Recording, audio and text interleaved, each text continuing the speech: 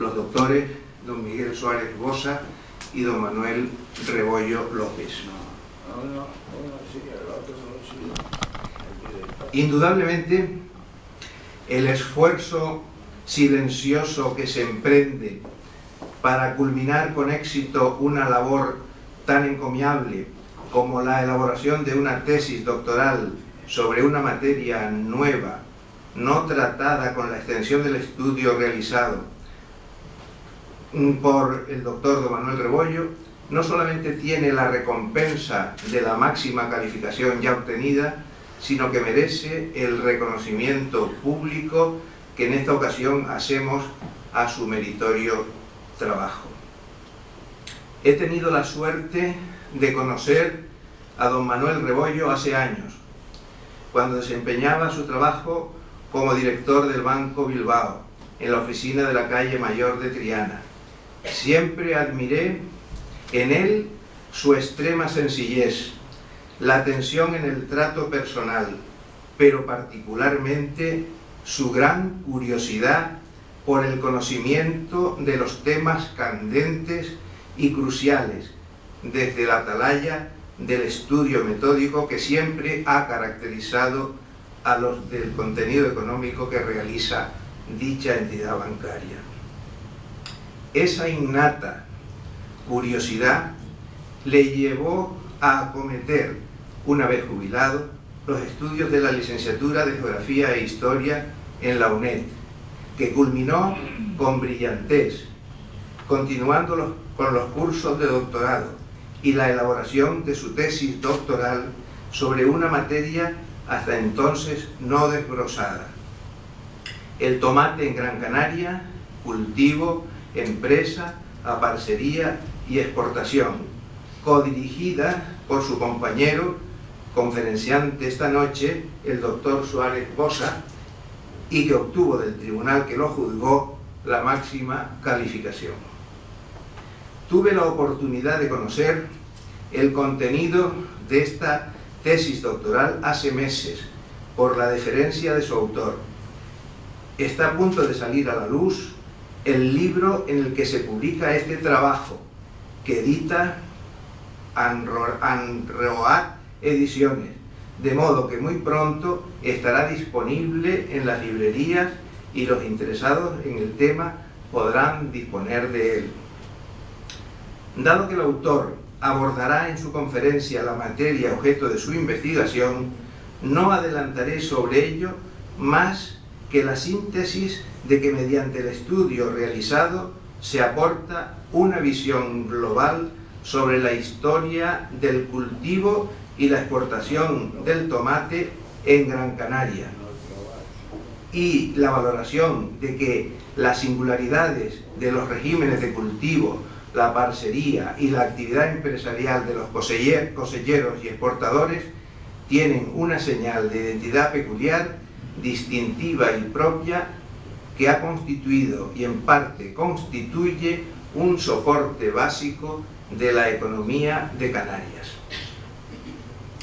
Del codirector de la tesis, el doctor Suárez Bosa, dado que ustedes conocen su dilatada trayectoria profesional y académica, me limitaré a recordar que es profesor titular de universidad, que imparte la asignatura Historia Económica en el Departamento de Ciencias Históricas de la Facultad de Ciencias Económicas y Empresariales, que es director del programa de doctorado Instituciones Economía y Cultura en el Atlántico, dentro del que imparte los cursos Movimientos de Población en el Atlántico y Configuración del Mundo Atlántico. Ha participado en líneas de investigación centradas especialmente en la actividad portuaria, la emigración y la empresa.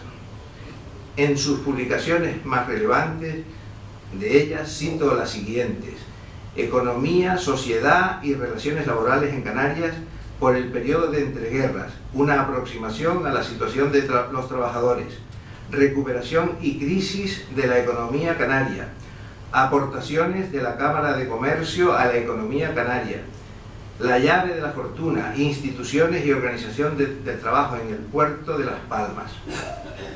Es autor de numerosos artículos en revistas especializadas, ameno conferenciante, y ha colaborado elaborando capítulos de libros de contenido económico, de los que varios tratan sobre los puertos francos en Canarias y la actividad de las empresas consignatarias y estibadoras en el puerto de La Luz y de Las Palmas.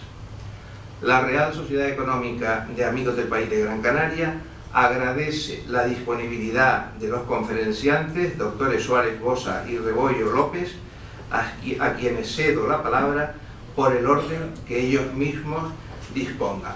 Muchas gracias.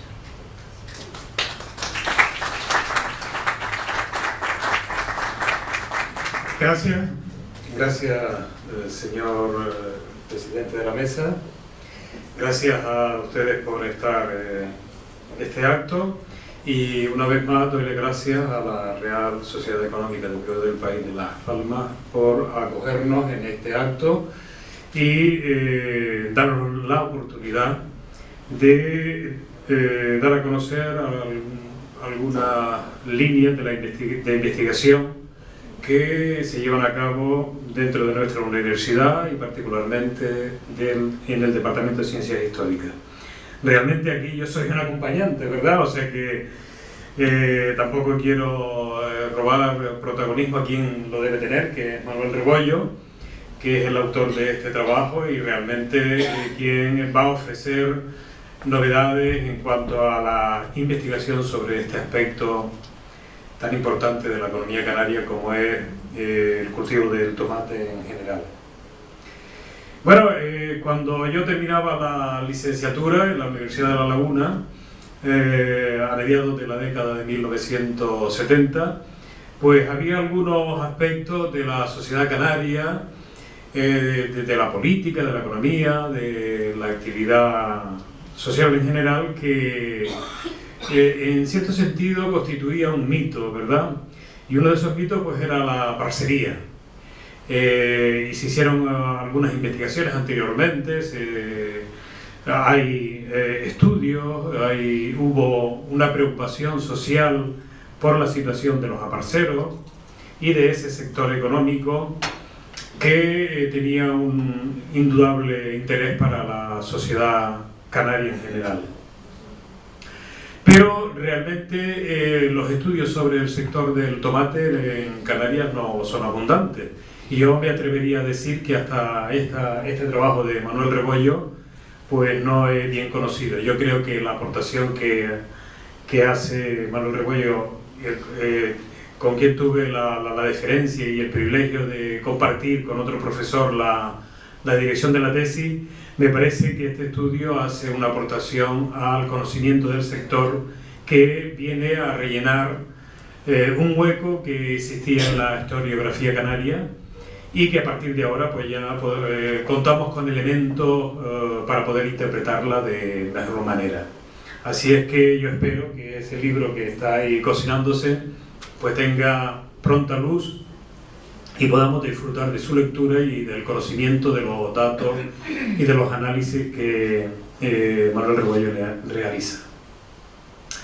Realmente, voy a ser breve, ¿verdad? El sector del tomate en Canarias tiene una importancia indudable en la economía y en la sociedad canaria, y me atrevería a decir que de alguna manera está en la idiosincrasia del pueblo canario, particularmente de Gran Canaria, que es donde más calado tiene el cultivo del tomate.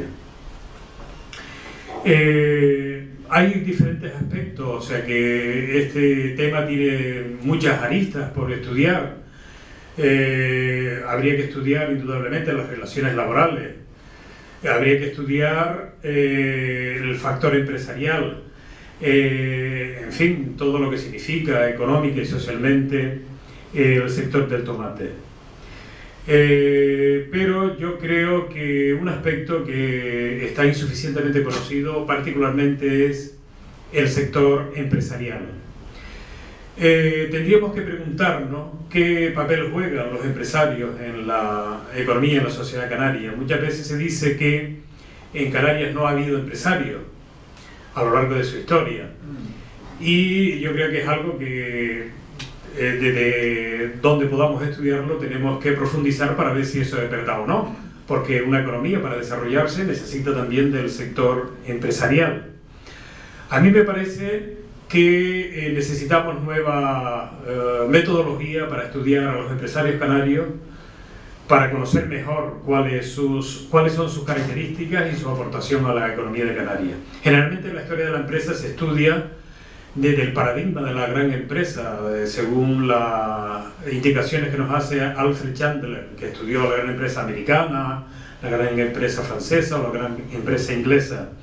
Pero otros estudiosos como Alfred Marshall o, en fin, varios teóricos de la empresa, también considera que es importante estudiar la pequeña empresa y singularmente los distritos industriales. En Canarias y en general en los países del sur de Europa, Canarias, en fin, geográficamente sabemos dónde está, pero los países del sur de Europa, las empresas que configuran su tejido empresarial son mayoritariamente pequeñas empresas. Y yo creo que ese paradigma es el que nos sirve para estudiar la empresa canaria. O sea que aquí tendríamos que utilizar una metodología específica para conocer a los empresarios canarios.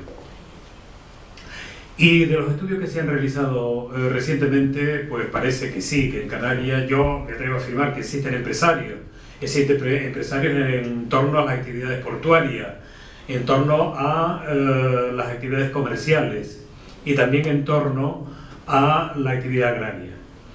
Pero son mal conocidos, particularmente el sector empresarial del cultivo del tomate. Habría que profundizar en su conocimiento y Manuel Rebollo hace una aportación importante a este aspecto.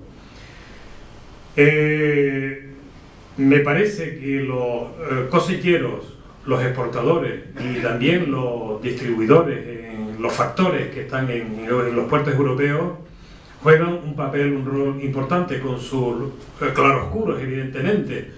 A veces se ensalza al empresariado y a veces se le demoniza, pero como todo en la vida tiene su claroscuro. Pero lo que sí nos hace falta conocer en profundidad sería tanto la cultura empresarial como el número de empresas, cuál es el origen del capital de esos empresarios que invierten en la agricultura canaria, cuál es su práctica empresarial, cuáles son las características de la empresa. Por ejemplo, yo creo que un problema que tiene la empresa en el sector tomatero en ese momento era la falta de integración. O sea que los empresarios o se dedicaban al sector del cultivo, unos se dedicaban al sector del cultivo, otros eran exportadores y otros eran distribuidores o factores en los puertos europeos. Pero realmente una integración desde la base hasta la distribución del producto, creo que es una falta que tenían esos empresarios. Y particularmente en el sector del transporte, para transportar el producto desde Canarias a Europa, pues no lograron, por ejemplo, crear una compañía de transporte del producto, ni en ese ni en otro. Hubo intentos, pero no hubo fortuna, no hubo éxito en ese aspecto que sería clave, ¿no? En fin, este es un aspecto del sector del tomate que se lo ha estudiado con ejemplos concretos Manuel Rebollo, y yo creo que convendría seguir estudiándolo, ¿verdad? También es necesario estudiar más en profundidad las relaciones laborales. La parcería es una forma de trabajo, de empleo, que es característica. La tecnología. Es característico del sector y como ha explicado Manolo, y ahora Manuel Rebollo ahora lo explicitará de manera más específica, tiene sus características propias en Canarias y en Gran Canaria en particular. Lógicamente, esa relación laboral tiene su evolución. Y desde el principio del cultivo del tomate, desde que se inicia hasta el final, pues va cambiando, pero algunos aspectos se conocen mejor que otros. ciertamente eran unas relaciones laborales que en donde el factor trabajo tenía dificultades, ¿no? Eso es indudable, no se puede esconder que la parte trabajadora sufrió y trabajó de manera, a veces, en unas condiciones que no eran las mejores. Desde el alojamiento donde estaban los trabajadores a la remuneración que recibían por su trabajo, o otros aspectos del trabajo que realizaban, pues eran en condiciones bastante duras. ¿Y por qué existía también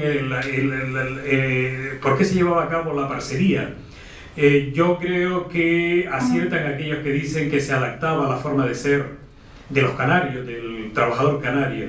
El aparcero procede en muchos casos de la zona rural de Canarias, de Gran Canaria en particular, y el canario tiene esa mentalidad de independencia del campesino que quiere gobernarse por sí mismo y no acepta pues una dependencia del empresario. Y la parcería le daba esa posibilidad, de alguna manera, de sentirse independiente, ¿verdad? Esto lo han dicho desde aquellos estudios que hicieron Jerónimo Saavedra, González Vieites y otros, y Ana Doreste, que caracterizaban cómo era el campesino canario y tenía esa impronta.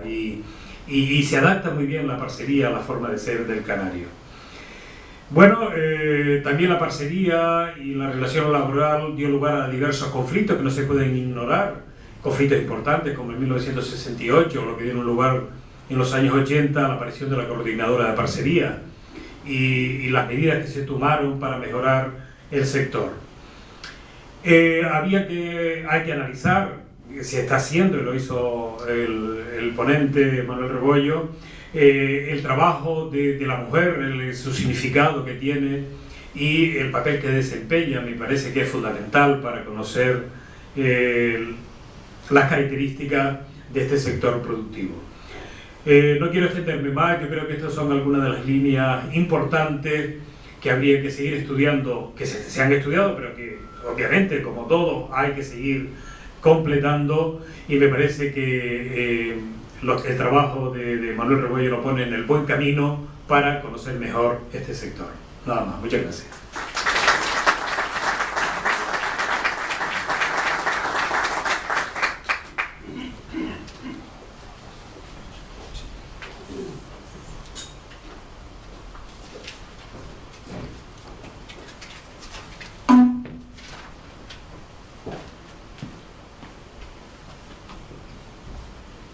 Pues nada, buenas noches.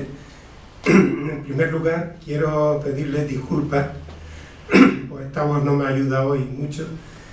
Y en segundo lugar, pedirles disculpas porque, en contra de la idea del doctor Suárez Bosa, yo soy muy amigo de poner datos, muchos datos.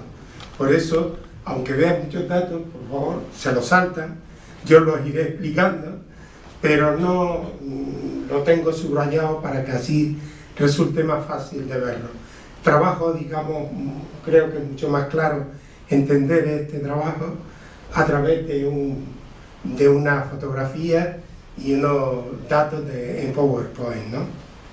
En principio, voy a empezar por la primera pregunta que me hacen casi siempre, ¿no?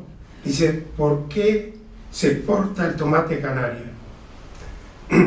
Pues mira, es fácil en sí, aunque aquí, desde aquella época, desde que empieza la primera exportación del tomate canario, en 1884-85, y la gran exportación que empezó a hacerla por Wolfson en 1888, empezó porque se necesitaba en un mercado.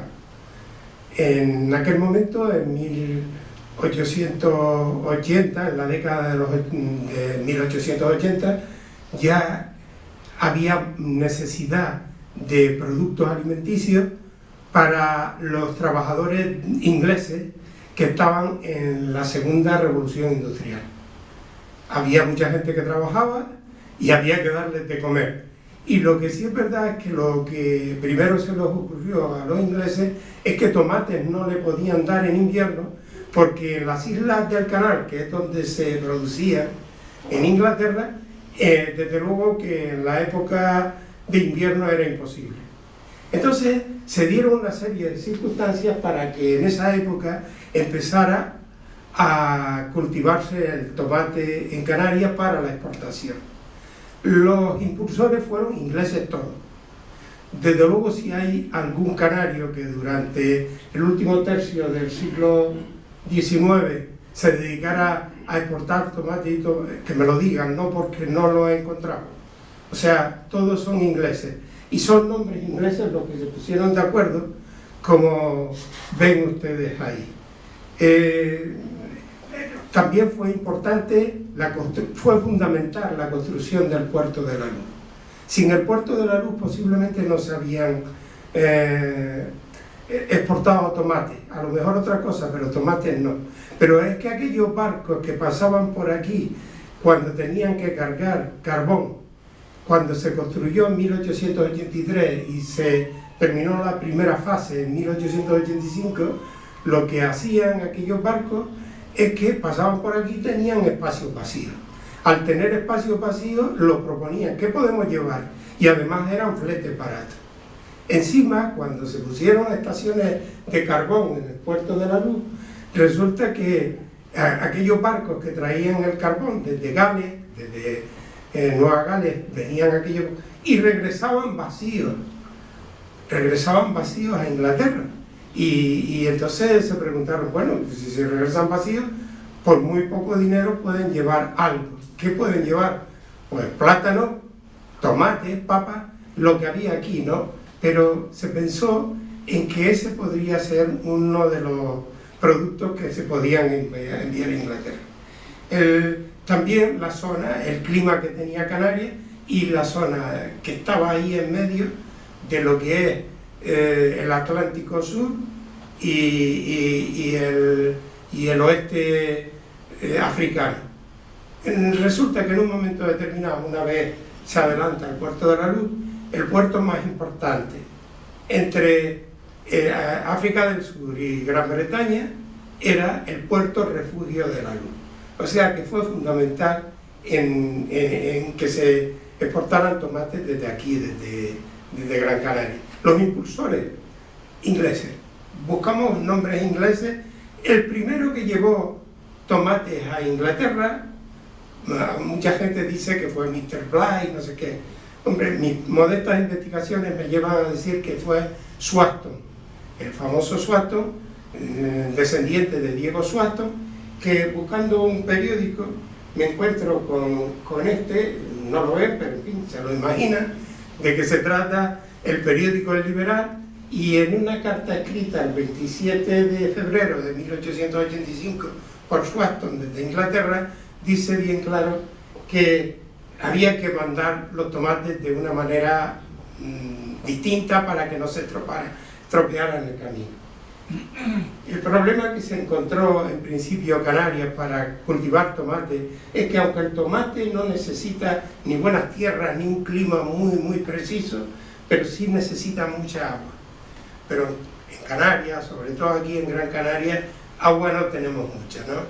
Es que tenemos muy poca, y sobre todo para cuando se plantan plátanos y tomates, pues no hay mucha agua como para llenar ese vacío. Lo que ocurre es que pronto se dieron cuenta de que el tomate aguantaba el agua picada, el agua un poco salobre, el agua que tiene hasta 3, 4, 5 gramos de sal.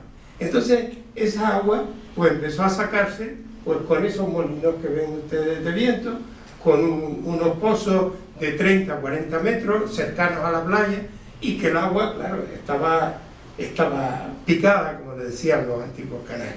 Entonces se sustituyó la falta de agua haciendo muchísimos pozos en el sureste y en toda la costa de Gran Canaria. Las primeras zonas de producción, de todas maneras, fueron donde había agua. Curiosamente hoy vemos que es solo la costa, pero en principio donde primero se produjo tomate fue en los barrancos. Y yo tengo la relación de barrancos y está hasta el barranco de Moya. En el barranco de Moya, el barranco de Agaete, digo, el de la aldea y demás, que ahí pues empezaron a plantar los primeros tomates. Llegaba el agua de las escorrentías y ahí se regaba. La construcción del Puerto de la Luz, ya digo que fue fundamental, y los primeros agricultores ingleses se ponían de acuerdo, los primeros, exportadores ingleses se ponían de acuerdo con los agricultores, con los sencillos agricultores, los que tenían una pequeña finquita, y les encargaban, por medio de un contrato que se hacía de antemano, que plantaran tomates, que los cultivaran, y ellos se comprometían a comprarlo. Estamos hablando desde la época de Mr. Bligh. Los que sucedieron hacían lo mismo. Mr. Lico, Fay, Mr. Pilcher, todos estos fueron exportadores, y los que le llevaban los tomates eran los agricultores. Normalmente estos primeros exportadores no se debieron portar mal con los agricultores, porque sí es verdad que en vez de unirse, ellos preferían llevarle los tomates a los distintos exportadores ingleses. En 1896 se une Fay, que será el nombre que recordarán muchas generaciones, con Hudson, para llevar los primeros tomates a Inglaterra.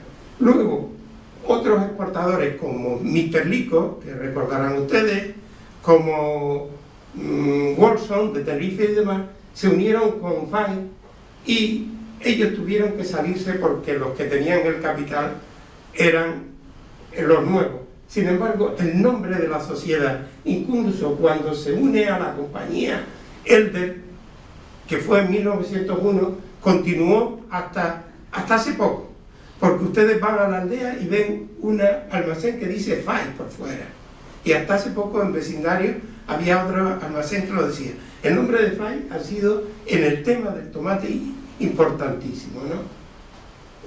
Los mercados receptores, lo que sí, la casa Fay, lo que sí es verdad, es que los agricultores a la casa Fay le llamaban simplemente la casa.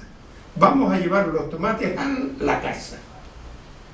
Luego, los nuevos exportadores como Mr. Pitcher, Mr. Dan y demás, siguieron siendo la casa. Los mercados, el primero de los mercados que recibió tomate fue Liverpool. ¿Y por qué Liverpool? Porque en aquel periódico que ustedes no ven, del Liberal, lo dice bien claro. En 1885 no se podía llevar fruta a Londres porque no habían llegado a un acuerdo. Sin embargo, Fay consiguió que a partir de 1888 ya los grandes exportadores, el más importante de todos, Mr. Watson, empezara a llevar cantidades importantes de tomate a Inglaterra. La evolución de la exportación fue de luces y sombras. Hay un periodo de ensayo, asentamiento y luego crisis en la guerra del 14. Luego se organizan y se funda la Asociación Patronal de Exportadores, se funda el SOIBRE y demás, y los empresarios se unen de alguna manera para formar organizaciones como el SOIBRE o como las comisiones de exportadores. Hasta entonces no desglosada. El tomate en Gran Canaria, cultivo, empresa, aparcería y exportación, codirigida por su compañero, conferenciante esta noche, el doctor Suárez Bosa, y que obtuvo del tribunal que lo juzgó la máxima calificación. Tuve la oportunidad de conocer el contenido de esta tesis doctoral hace meses, por la deferencia de su autor. Está a punto de salir a la luz el libro en el que se publica este trabajo. Los doctores don Miguel Suárez Bosa y don Manuel Rebollo López. Indudablemente, el esfuerzo silencioso que se emprende para culminar con éxito una labor tan encomiable como la elaboración de una tesis doctoral sobre una materia nueva, no tratada con la extensión del estudio realizado por el doctor don Manuel Rebollo, no solamente tiene la recompensa de la máxima calificación ya obtenida, trabajo que edita Anroat Ediciones, de modo que muy pronto estará disponible en las librerías y los interesados en el tema podrán disponer de él.